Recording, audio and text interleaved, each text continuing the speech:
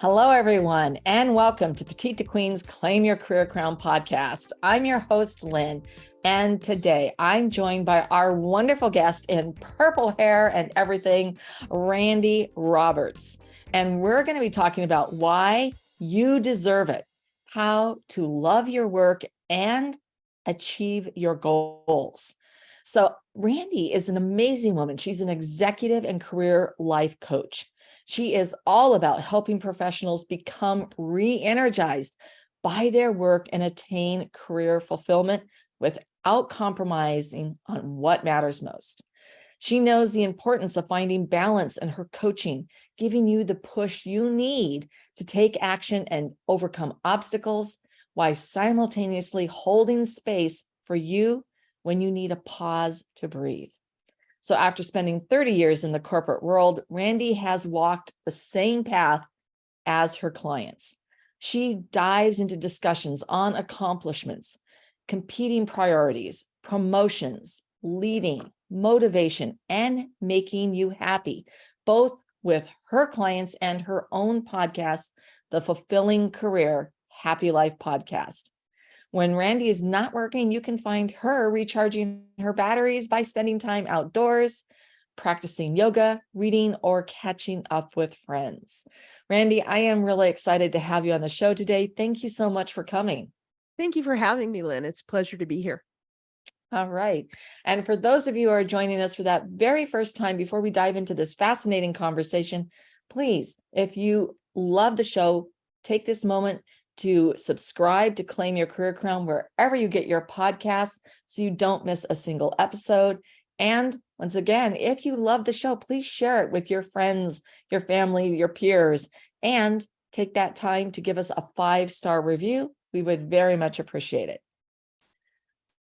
So Randi, you have had such a storied career. And now where you're at with your business, I'd love to hear what inspired you to sort of shift gears and do what you're doing now.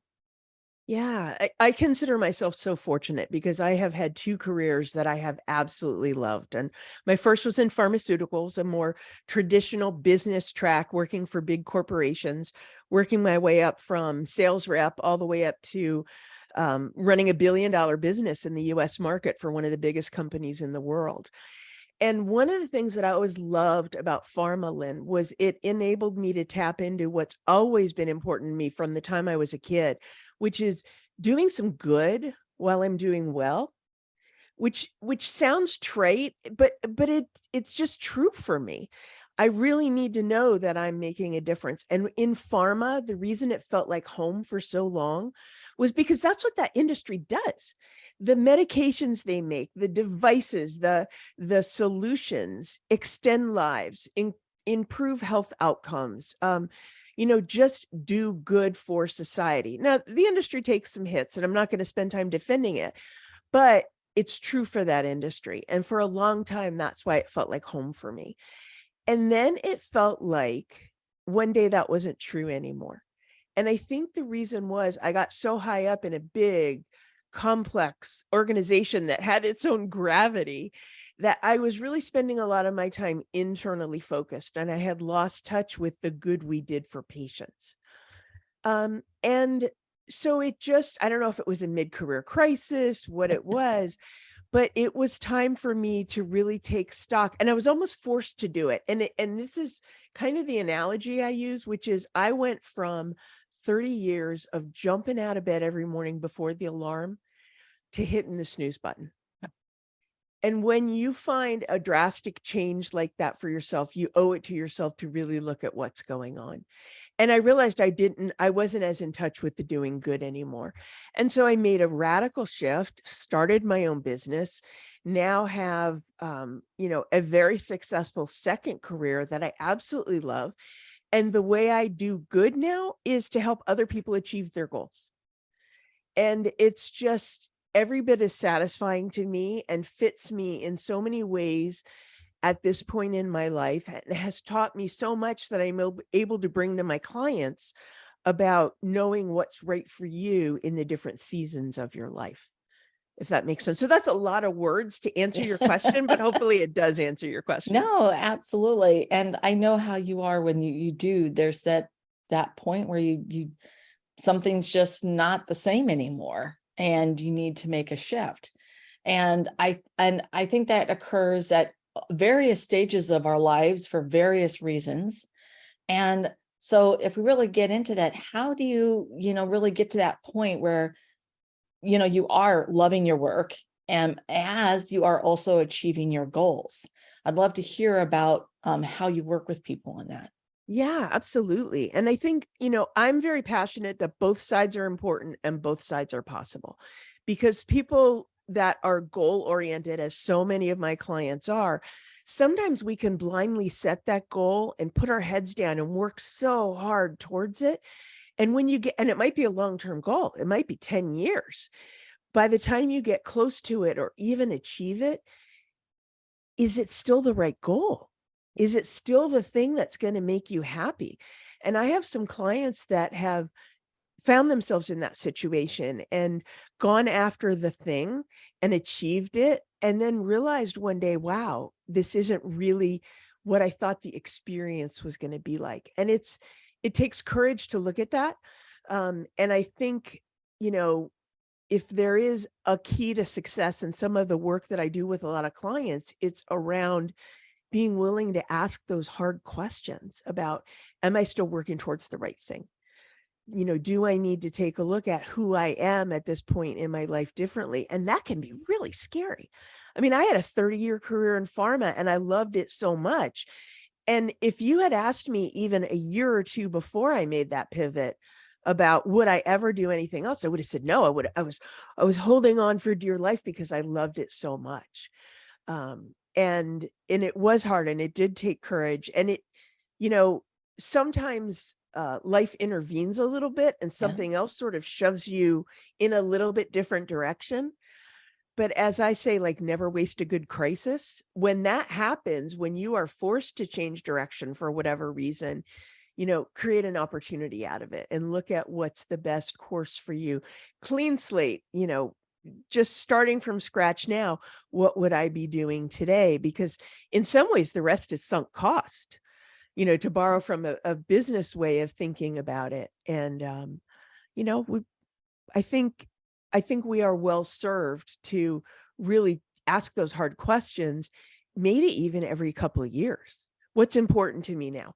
What are my priorities now? Am I still working towards the hard things? Do I need to be working as hard? Yeah. You may be at a point where financially you can take your foot off the pedal a little bit and maybe enjoy life a little bit more, that kind of thing. And some of us don't even give ourselves permission to think that way. Yeah, no, I hear you. And I definitely agree that sometimes life throws us a curveball or something occurs that changes, um, really creates a catalyst for us to take a look and say, hmm. And I know that for myself, that was when my husband was diagnosed with terminal cancer. And it was just like this, like, whoa, um, didn't see that one coming. Yeah. And after I held a 2-week pity party, I went, okay, now what? And it's like I had a life before, I'll have a life after. What is that going to look like? And how can I be here during this journey and making the most of that time? And so that was completely unplanned. And I think that that also comes consciously when you discover that you're in a position or in a company, that things are just changing within the organization for some reason. And it's just, you don't feel like you are aligned, with your values or beliefs anymore. Yeah. And so that it's time to, look on the other side of the fence. I love this conversation, but when you're working with people, I mean, this is sort of getting to how do you help them sort of look at, that what could be their blind spots, or what I like to say, tilt their paradigm so they can actually see around the corner. Do you have a process or there's a specific routine that you take them through?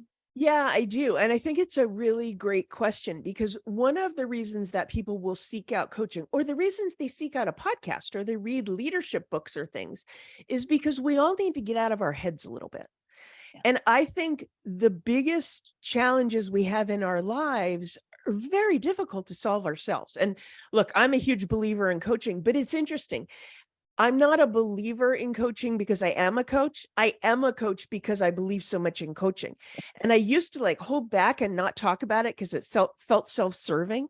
And then I've realized if I don't talk about it, I'm not helping people. Yeah. So I think coaching is a great way to go, or seek out a mentor or whatever, so that you can get out of your own head a little bit and just start the process about wondering what are the things that you need to be thinking about, getting curious.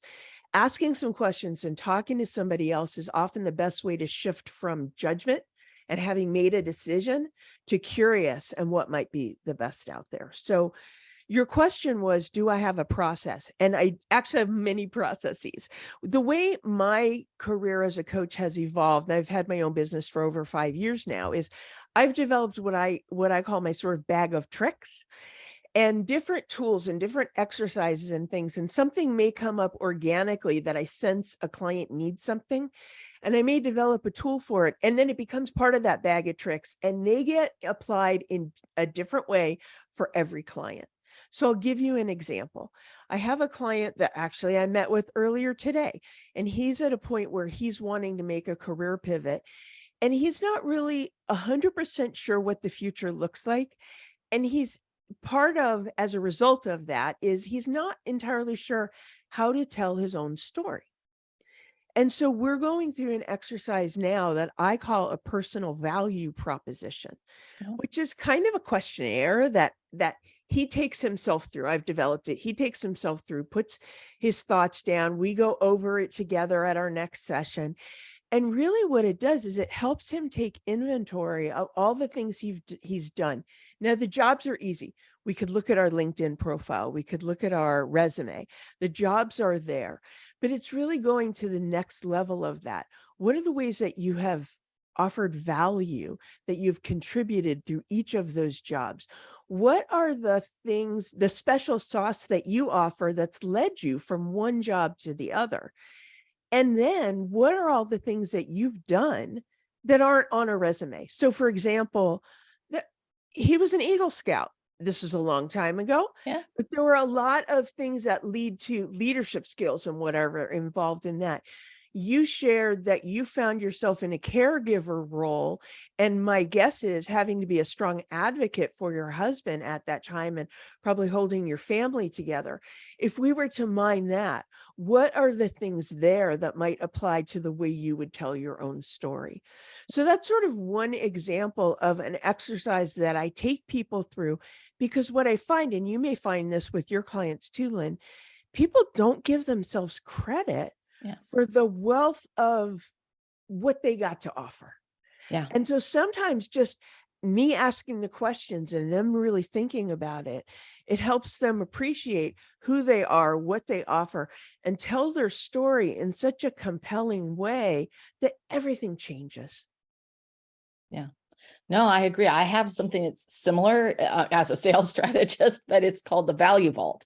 And I have, especially when you're in sales, for those salespeople, you need to fill your value vault with all the different skills and experiences and your superpowers, so that when you're in a situation or you just got, a really hard no, you can go reach into that value vault and say, oh yeah, okay, I've got this. I love that. I'm okay. So Yeah. it's similar yet different, right? Yeah. And same thing. I also created it myself, and but I think that we could probably talk about those two things and the similarities in either your work and career or in sales, which of course sales is a career. You were in sales as well. I was. Once again, a rainmaker, which leads to those leadership roles. It's the quickest, I believe, path to leadership is by becoming really good at sales. I could go on for a long time about how much a believer in sales I am, because the reality is, what is sales? It's developing a strong, excellent ability to influence others. And you use that in everything you do, whether Yeah. you're in an official sales position or not. And some people might think, if you haven't been in sales, like, I mean, I have a real love of sales. I've spent probably half my career sales and marketing. Um, if you've not been in sales, you might think that sales is manipulative. I personally think manipulation gets a bad rap, because if you're using your powers for good and not for evil, so what? It's a win for everybody. So I'm a huge sales fan. Yeah. Well, and of course, I never think of sales as being manipulative. I abandon that, but instead it's guiding people to a decision. Yeah. It's really about helping and serving others solve their problems, find the solutions, and creating impact. So, I like that definition. yeah. And so, but that's talking about, I think I'm going to pivot because, we both love what we do. But for other people, they get into these situations where they're just sort of going through the motions. And, why is loving your work a challenge for so many people? I mean, where is the disconnect? Yeah. Well, first of all, let me acknowledge that loving your work in many ways is a privilege, because the reason we work is we have to, right? We think about, why do we build careers? Because we want to support our families, or we want to have different life choices and things like that. So I don't mean to discount that at all. Sometimes that financial need or security or whatever that looks like rules the day, and that's appropriate. If you're in a position where you can think beyond that, loving your work is how you bring your best, because it's when you're passionate, it's when you're creative, it's when you know you're in the right place, and you want to contribute everything, and you want to bring all of your best skills. It's kind of a litmus test that I use is, how you might have a day where you're completely jam-packed, your schedule's crazy busy from morning till night, and you're shifting gears and you're doing all kinds of things. And at the end of that day, you feel energized. Yeah. And other days, your schedule may look not that much different, and at the end of the day, you're exhausted. Yeah. That's the difference, is if you're loving your work, and if you're in that sweet spot, and you're one of those lucky people, that work is energizing you and fueling you to do more and to give more and to contribute more, as opposed to draining you. And I think most of us over a long career, that arc is a bit of a roller coaster. We have times that we're up and we have times that we're down, and hopefully we sustain that. But I am passionate to help people find at least a little bit of that. Yeah. Well, I can guarantee you some days I have peaks and valleys within the day. Yes, that's very true. That's very true. Not just over a week, a month, or a couple of years. Yeah. This was really, but what, really holds people back, other than, that they have very specific financial commitments, but even there, helping them sort of think outside of the box, or, as I said, tilt their paradigm just slightly so that they can see that, that there are other opportunities. Are there things that you find consistently that either self-limiting beliefs, I don't want to put words in your mouth, but or just their mindset, or things that are really common that people need to recognize and actually consider and look at so that they can move forward? Yeah, Lynn, I mean, those are the things. It's the limiting beliefs. It's the mindset. It's the us not giving ourselves permission to want something or to go for something. Here's the great news. If we're getting in our own way, we can get out of our own way. Right. You just have to recognize it, and you have to think about things differently. You talked about, I don't remember the word you used. It was like shifting on the axis, or somehow like being able to see around the corner. And the thing that I would say is, you often need help doing that, because we get caught in our own perspective. We think we have most of us are successful because we're good at solving problems, and we're good at coming up with ideas, and we're good at moving things forward. So yeah, naturally, we think we have the best idea. We may or we may not. And what I would say is, for people who are wondering about some of these things, or feeling this like career itch, get out of your own head and talk to somebody about it. And that might be a mentor, it might be a spouse, it might be a good friend, but you have to think about who you go to, because I kind of think about it as those of us who are fortunate have what I consider a board of directors, which is might have somebody in all of those seats. It might be a mentor, it might be a spouse, it might be a good friend. But think about it. If you go to a good friend, like I have some friends right now that I could call and they would run through a brick wall for me, whether I was right or wrong. And there are moments when I need that. And there are moments when I need someone to say, hey, wait a minute, let's think about this a little differently. Like maybe that isn't the right brick wall to run through. So sometimes you have to be a little situational and think about who you go to. And that gets back to why I'm such a fan of coaching. Because as a coach, and you may define this a little bit differently, the way I define it is I have no agenda other than to help the client achieve their goal. So if they have two choices between two job opportunities, I've got no vested interest in which decision they make. My goal is to help them make the decision that's right for them. And so as such, I'm not a cheerleader for one or the other. I'm the one asking the questions and making sure that they're considering the different perspectives and thinking about who do they want to be when they get there and how can they be that person today and that kind of thing. So makes sense? Yeah. Oh, absolutely. Absolutely. I also want to add one more thing to what you had said. You also can't be afraid of failure. And I think that's something that will definitely holds people back. And I just would like to remind everybody, think back when you're learning to ride a bike. You went from the tricycle to the bike with training wheels. You took the training wheels off and you fell off and you skinned your knees, you skinned your elbows. In my case, I skinned my chin. I still kept getting back up on that bike. And I was successful riding the bike. It took a few times, right? And then I'm riding all over the neighborhood and have that freedom. And what I think happens as adults, we become afraid of failure. And, is it really a failure, or is it just, well, this worked, but this didn't work, I need to tweak this? I think it's really looking at it differently. Yeah. What did you learn from that experience? What can you use and carry forward? You now know what not to do, right? Yeah. And Wait. so I think that's one thing that I see is a common thing that people have. I think there's so much wisdom there. And I know I found it for myself when I changed careers, because I went from being, what I defined as this important person within this organization. And I had a, big orbit around me of people that listened to what I had to say and all of these things. And then I go out of my own business and purposefully went out on my own. But in order to make an impact, I had to get over myself and not worry if anybody, oh my God, someone I used to work with isn't going to like what I'm saying about this or that.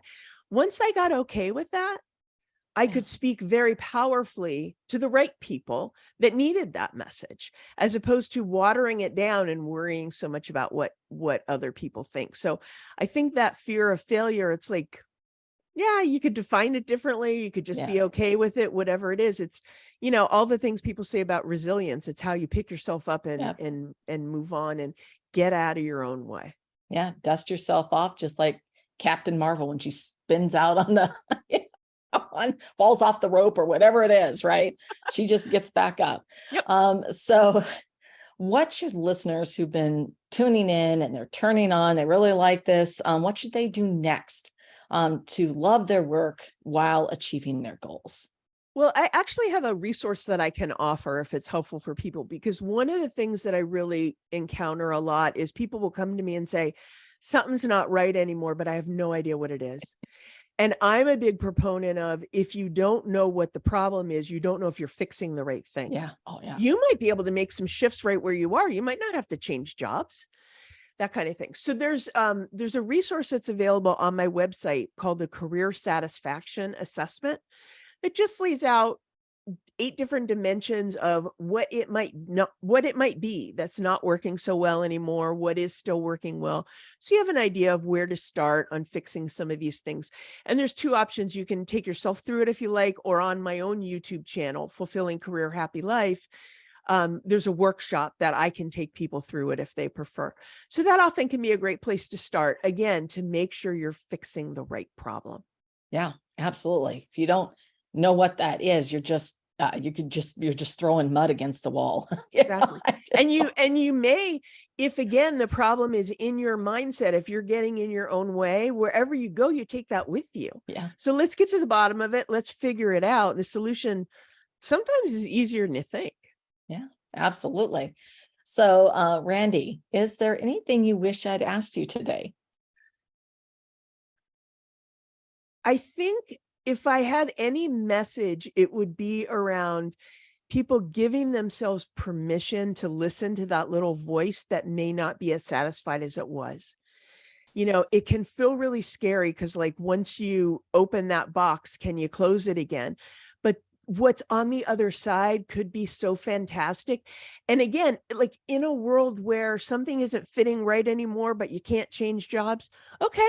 But maybe there's a way to complement what you're doing, to shift something, to add something in a way that can quiet that voice and make you as happy as you used to be. So I think that's it, is just give yourself permission to ask that tough question and look at what could be better. Yeah, absolutely. Here. Trust your gut, that intuition, and it could be a small thing that you can refine or tweak. Mhm. Well, Randi, thank you so much for sharing how to love your work as you achieve your goals.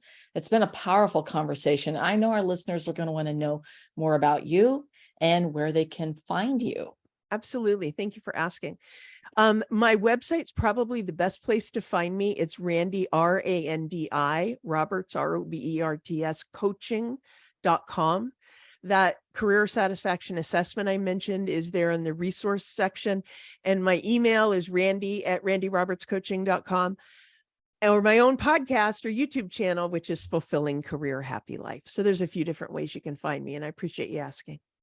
Well, absolutely. And we'll make sure that all those links are right down below so that Randi is one click away, including her phenomenal assessment that she's told us about. So I want to thank Randi again for this very informative discussion, and for all of you who joined us. We really appreciate your being here. If you have any ideas that you'd like to share, you can leave us a comment down below. We love hearing your thoughts. And we will reply and respond to you. If you have a question or would like to suggest a topic for discussion, you can email us at jointheconversation@petitetoqueen.com. And to stay current on all of our insightful advice, our breakthrough advantages, never miss an episode of Claim Your Career Crown, you can sign up for our weekly Wisdoms newsletter. And I want to thank everyone again for tuning in. And Randi, thank you so much. This has just been brilliant. It's been my pleasure, Lynn. Thank you so much for having me.